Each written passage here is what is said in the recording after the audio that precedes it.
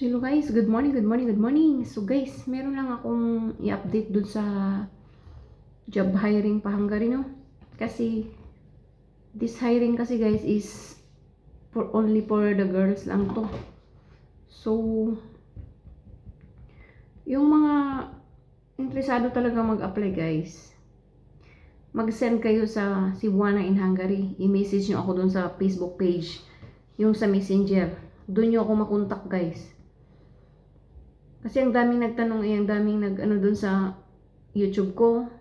So, part 2 ng job hiring. Ang daming nag-comment dun. Tapos, meron pa sa FB page ko. I-message nyo ako direct dun sa Cebuana in Hungary guys, sa Messenger. Kasi dun ako nagre-reply guys. Tsaka yung mga nag-a-apply pala guys, siguraduhin nyo guys na yung tutuloy kayo mag-apply, hindi yung back out agad. Natapos na yung interview, tsaka mag-back out. So, kung nag-iisip ka na guys, mag-a-apply, yung siguradong sigurado ka guys. At ito sasabihin ko guys, legit na legit to guys. Kaya maghanda na rin kayo ng pang-placement. Kung wala kayong pang-placement guys, wag muna kayong mag-apply kasi masayang lang yung interview guys. Nakakahiya sa employer. So, makiusap lang ako guys, no, kung hindi pa talaga kayo ready, huwag muna kayo mag-apply guys. Mali natin sa susunod, meron pa tong hiring, kung meron na kayong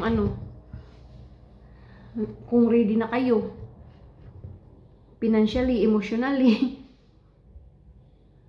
Kasi, nakakahiya sa, guys, nakakahiya kay boss amo. Tsaka ba, alam mo yung masasayang yung effort namin. Kaya please lang guys, no, kung nanonood ka nito guys, at interesado ka, tapos ready ka na, mag-apply ka na guys. I-go mo yan kasi itong hiring namin is legit talaga to guys. Pero para lang to sa mga cross country.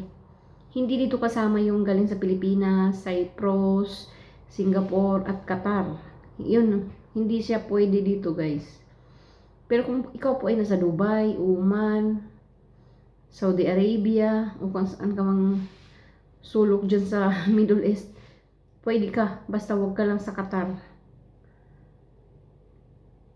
Tapos sa Asia naman guys, wag ka lang dun sa Pilipinas at saka sa Singapore. Kasi mahirap ang proseso doon guys. So, yun lang ang ko guys, no, masabi sa video na to.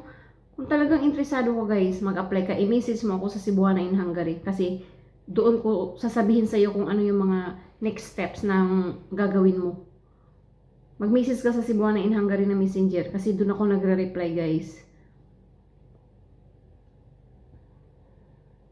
Babae lang dito guys, babae. Hindi pwedeng lalaki. Tomboy pwede. Pero yung babae hindi. Ay, lalaki hindi. Kasi tomboy, babae pa rin naman yan eh.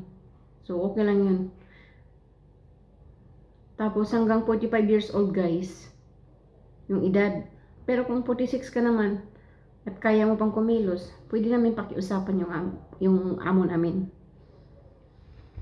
So, yun lang guys, no. Siguraduhin yung ready na kayo guys before kayo mag-apply. Kasi nga, tuloy-tuloy talaga to guys. Sayang yung oras namin, sayang yung oras nyo. At nakakahiya sa sa employer. Baka kasi next time kung ka na, hindi ka na pwedeng tanggapin kasi may record ka na doon sa nila na interview ka na tapos umatras ka.